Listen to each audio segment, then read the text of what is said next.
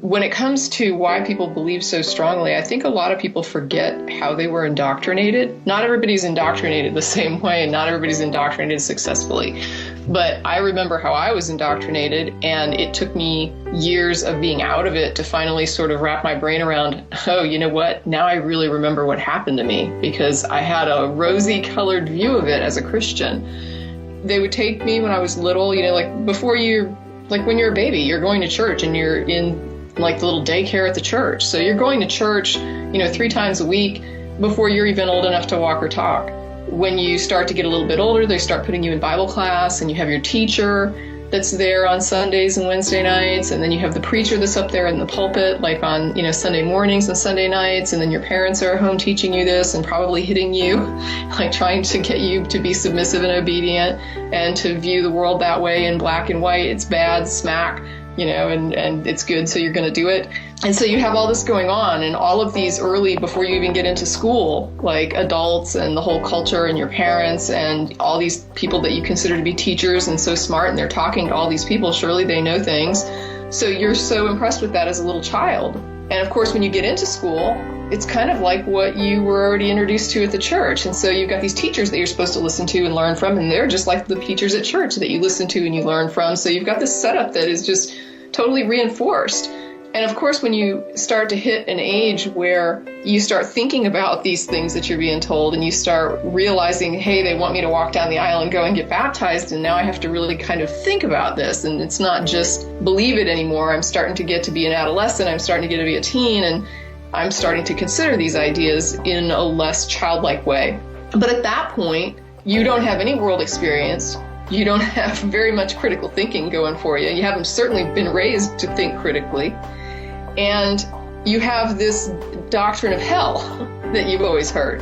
And there's all these horrible songs about what's going to happen to you if you don't believe in Jesus, and, all the good stuff that's going to happen if you do. And you're telling these children, if you don't get baptized, if you don't believe in Jesus, you're going to never be with your parents again. You'll never see them again. They're going to go to heaven. You're going to go to hell. It's a bad place, and you're going to make God unhappy, and Jesus died for you, and you're so ungrateful, and you're just, sinful, horrible thing. You don't know how to think or make decisions. You're immoral. You can't trust yourself, can't trust your own judgment. This is what you've been told. Everything that a child should never be told. Children should be taught to learn how to think and to progressively learn to trust themselves and to trust their judgment. And when you're indoctrinated, you're just progressively torn down to never trust yourself and to think that you can't think and you can't question and that you're just not smart enough and you're not even good enough. And so these children, like me, you end up just praying and praying desperately because you want so badly to be able to believe, because not believing results in one of two things. Either you're going to end up in hell, or you're going to live your whole life afraid that you're going to end up in hell. And it's like that It Gets Better campaign for the gay kids in school. When you're a young person like this and you've been indoctrinated in this way, you don't understand that there is a way to not believe and not live in fear. So you're thinking, my entire life will be horrible fear and doubt, just like I'm experiencing right now, if I don't believe. And so you're just on your knees every night, just begging and begging for, please God, if you're there, help me, show me something, give me something to hang my hat on.